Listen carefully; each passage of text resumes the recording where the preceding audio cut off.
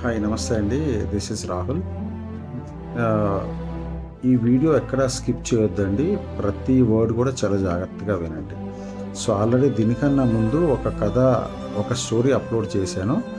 అది ఏంటంటే 'విధిని ఎవరు తప్పించలేరు' అనేది. అది ఒక కల్పితమైన స్టోరీ అనమాట. సో, ఇప్పుడు నేను నిన్న బెంగుళూరులో జరిగిన ఒక యాక్సిడెంట్ గురించి చెప్తూ, అలాగే ప్రపంచ మ్యూజిక్ ఇండస్ట్రీలో ఓన్లీ వన్ పర్సన్ అయిన మైకేల్ జాక్సన్ గురించి ఈ 2 ఎగ్జాంపుల్స్ చెప్పి, సో రియాలిటీలో కూడా మనం ఎలాగా ఇది సరిపడుతుంది అని చెప్పింది అనేది మీకు ఒక రియల్ స్టోరీ ద్వారా మీకు అర్థం చేయడానికి ప్రయత్నిస్తానమాట. సో బెంగళూరులో ఈ మధ్యన ఒక 4-5 రోజుల క్రితం ఒక యాక్సిడెంట్ జరిగింది. సో ఆ యాక్సిడెంట్ ఏ కార్లో జరిగిందంటే వోల్వో కార్ అనమాట. సో ప్రపంచంలోనే ఆ కారుకున్న ట్రాక్ రికార్డ్ ఏంటంటే ఇప్పటి వరకు ప్రపంచంలో ఆ కార్ రిలీజ్ అయిన తర్వాత ఓన్లీ 10 యాక్సిడెంట్స్ జరిగాయి అనమాట ఆ కార్లోని. సో అందులో 9 యాక్సిడెంట్స్లో ఏమీ జరగలేదు. ఒక్క యాక్సిడెంట్లో మాత్రమే చిన్న ఇంజురీస్ అయ్యాయి.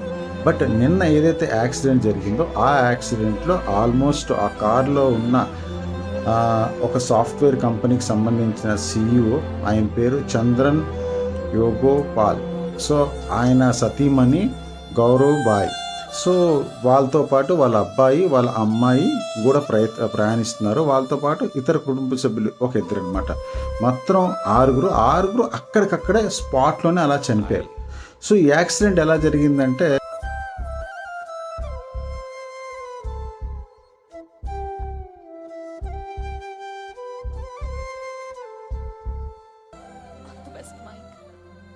Thank you, Mira.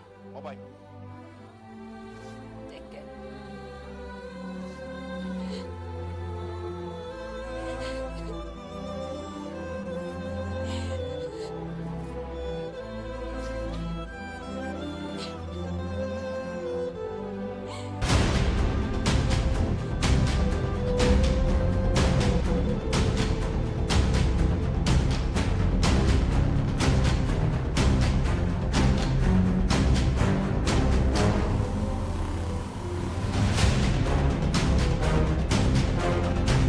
A devastating road accident near Bengaluru has left 6 members of a family dead. ఆయన ఆపోజిట్ రోడ్లోని చాలా ఎక్కువ వాల్వో కార్లు, ఎక్కువ ట్రక్కులు వస్తున్నాయి అన్నమాట. సో ఆ ట్రక్కులు చాలా ఎక్కువ వస్తున్నాయని చెప్పి ఈయన కాస్త స్లోగా వెళ్ళడం మొదలెట్టాడు ఈ సైడ్ రోడ్ నుంచి.